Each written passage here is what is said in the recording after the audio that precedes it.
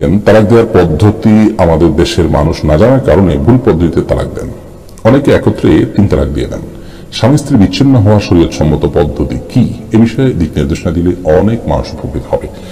ভাই মুতাসিমুল্লাহ, তালাক বিষয় আমাদের ইসলাম বলে যে দাম্পত্য জীবনে যদি কোনো কারণে কলহ বা অশান্তি তৈরি হয়, স্বামী স্ত্রীর মধ্যে যদি বনিবনা না হয়, তাহলে সেক্ষেত্রে প্রথম পদক্ষেপ হবে তালাক নয়, বিচ্ছেদের কথা নয়, বরং প্রথম পদক্ষেপ হবে তারা উভয়ে একে অন্যকে আবদারের মাধ্যমে, ভালোবাসার মাধ্যমে কিংবা মান অভিমানের মাধ্যমে সংশোধন করার চেষ্টা করবেন।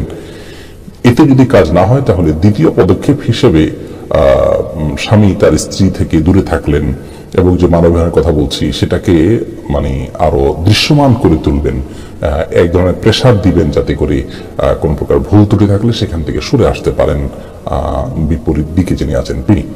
এর পাশাপাশি যে পদক্ষেপটা নিতে হবে তৃতীয়ত, সেটা হলো যে আল্লাহ কোরআন কারীমে বলেছেন ফাবাহাসু হাকামান মিন আহলিহি ওয়া হাকামান মিন আহলিহা, যদি বনিবনা না হয় তাহলে স্বামী স্ত্রী উভয়ের তরফ থেকে একজন করে, যেটাকে আমরা সালেস বলি, তৃতীয় পক্ষ, একজন করে জাজ বা জাজ না বলে আমরা বলতে পারি একজন করে মীমাংসাকারী সুবিবেচক টাইপের মানুষ দুই পক্ষ থেকে বসবেন, বসে তাদের মধ্যে সমস্যার সমাধানের চেষ্টা করবেন।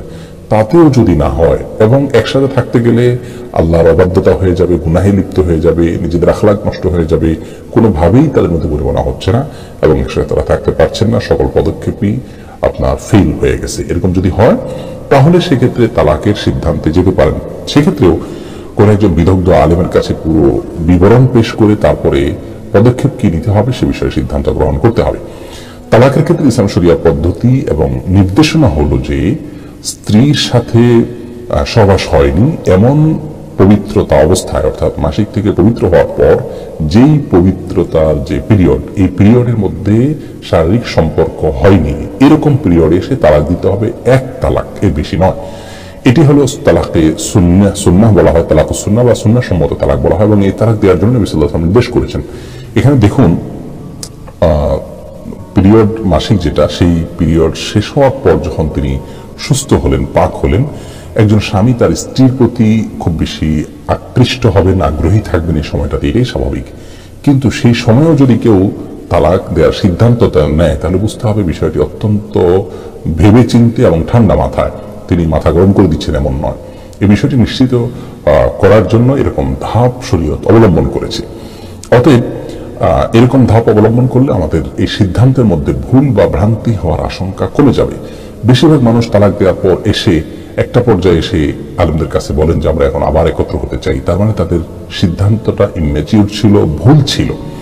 এই জায়গাটা আমাদের কারেকশন করতে হবে। মনে রাখবেন, তালাক এমন একটা বিষয় যে সালাসুন জিদ্দুহুন্না জিদ্দুন ওয়া হাজলুহুন্না জিদ্দুন। নবী সাল্লাল্লাহু আলাইহি ওয়াসাল্লাম বলেছেন 3টি বিষয় এমন আছে যেগুলো সিরিয়াসলি করলে যা হবে, দুষ্টমি করে করলেও তা হবে।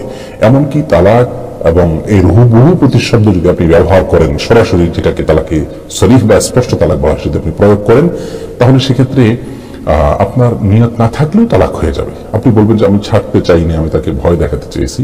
আপনি যদি অতীতকালীন ক্রিয়া ব্যবহার করে বলেন আমি তোমাকে তালাক দিলাম, ছেড়ে দিলাম, তাহলে তালাক হয়ে যাবে। ঝগড়া চলাকালীন সময় যদি আপনি তাকে তালাক বোঝায় এরকম কোনো কথা বলেন তাহলে তালাক হয়ে যাবে।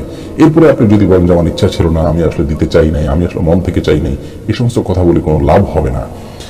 এটা হলো ইসলাম শরিয়ার এই বিধান সমস্ত ওলামায়ে কেরাম সর্বসম্মতিক্রমে। এই জন্য তালাকের বিষয়ে হুট করে বলার জিনিসটা, রাগ হলে আপনি স্ত্রীকে অন্য কোনোভাবে শাসন করুন, কিন্তু তালাকের কথা বলবেন না। এটা রাগের মুহূর্তে এভাবে মাথা গরম করে দেওয়ার জিনিস নয়। এরপরে আপনি আফসোস করবেন, এরপরে আর তেমন কিছু করার থাকবে না। আল্লাহ আমাদেরকে বোঝার তৌফিক দান করুন।